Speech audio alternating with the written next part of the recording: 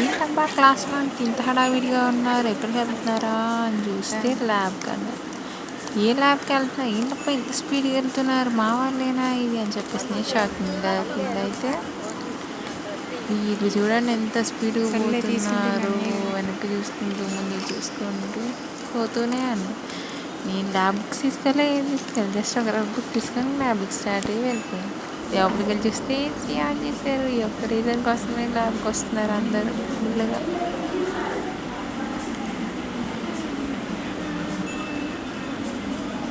చూడండి మా friend lab work చేయమంటే అట్లా యూట్యూబ్ ఓపెన్ చేసి గూగుల్ ఓపెన్ చేసి ఎంఎస్ ధోని ఫ్యాన్ అని ఎంఎస్ ధోని చూసింది. నేను ప్రోగ్రామ్ చేస్తే కనీసం దాన్ని నోట్ చేసుకుందాం అనుకోలేకుండా ఎంజాయ్ చేస్తున్నారు.